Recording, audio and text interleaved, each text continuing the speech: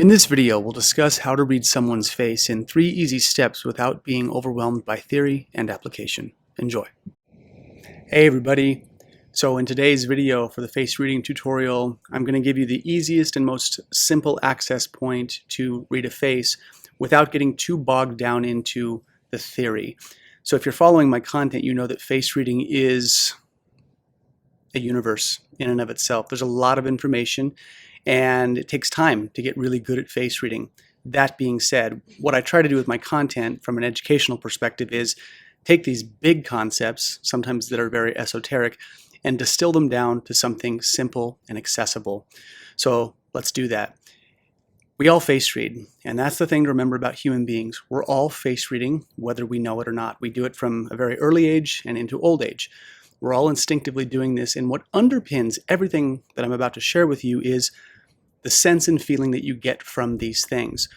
That's really the most important part about face reading, is going with that intuitive, emotional sense you get from these things. And then from there, you can fill in the cracks and the crevices with lots of minutia, detail, and theory.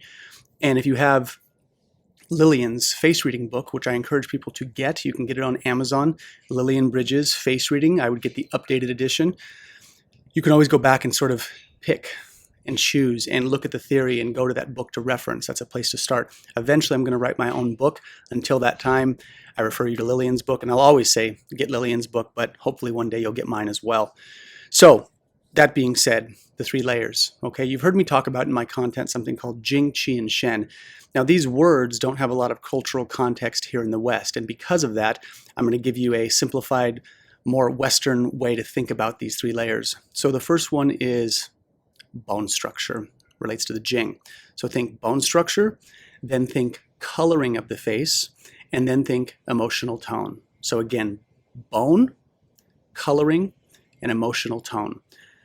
The coloring relates to the Qi level. The last one, the Shen, relates to the emotional tone or the consciousness of a person. So again, going with this bone structure, coloring, and emotional tone, these are the 3 layers you want to start with first, and the first one is bone structure. This is the Jing, or the constitutional strength of a person, and you're going to see this in big, dominant bone structure. So in the most basic and accessible point to think about this, big, dominant bone structure typically means a bit more Jing, a bit more constitutional strength. Some faces that you can think of are Arnold Schwarzenegger is one, another one is Dolph Lundgren, or someone like Olivia Wilde. These faces have big, dominant bone structure. They're very easy to notice. I'll also use my face as a reference because you're looking at me in this video. My bone structure relates to sort of like a midline expression of Jing. My bone structure is not excessively dominant, but it also doesn't go unnoticed. I sit somewhere in the middle. Now, the more dominant the bone structure, the more constitutional strength, the more energy they can put out, the more lasting power they have, the more robust they are. Both expressions, whether your bone structure is soft and muted or very dominant, you can live a very good and healthy life. You just have to understand these allocations of how much. It's important in face reading to think about not so much about good or bad, think about quality and quantity. And then from there, you can sort of structure your life and your life terrain around that. Now, the next one is coloring. Coloring changes day to day. This is where we see a lot of the health metrics in face reading.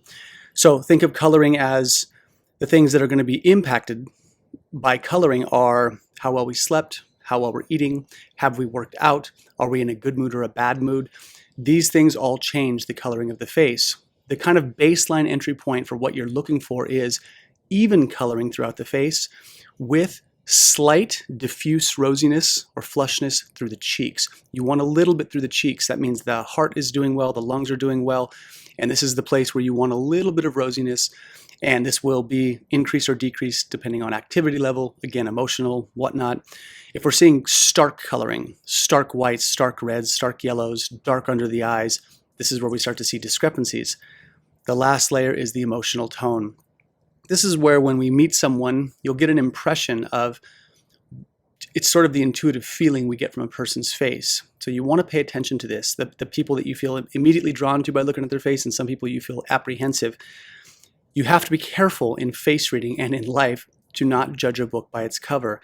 But inherently, face reading to a degree is definitely about a little bit judging a book by its cover. But it's not everything. You have to understand that a person's face structure, according to these layers, is going to set things up, but then you have to kind of probe, listen, and talk to a person to understand what you're really dealing with. So try to understand that the reading the emotional tone is the most intuitive layer. But again, what underpins all three of these layers is, without getting into theory, is when you look at a person's bone structure, what's your sense and feeling about it? When you look at a person's coloring, what's your sense and feel? And then looking at the emotional tone, what's your sense and feel?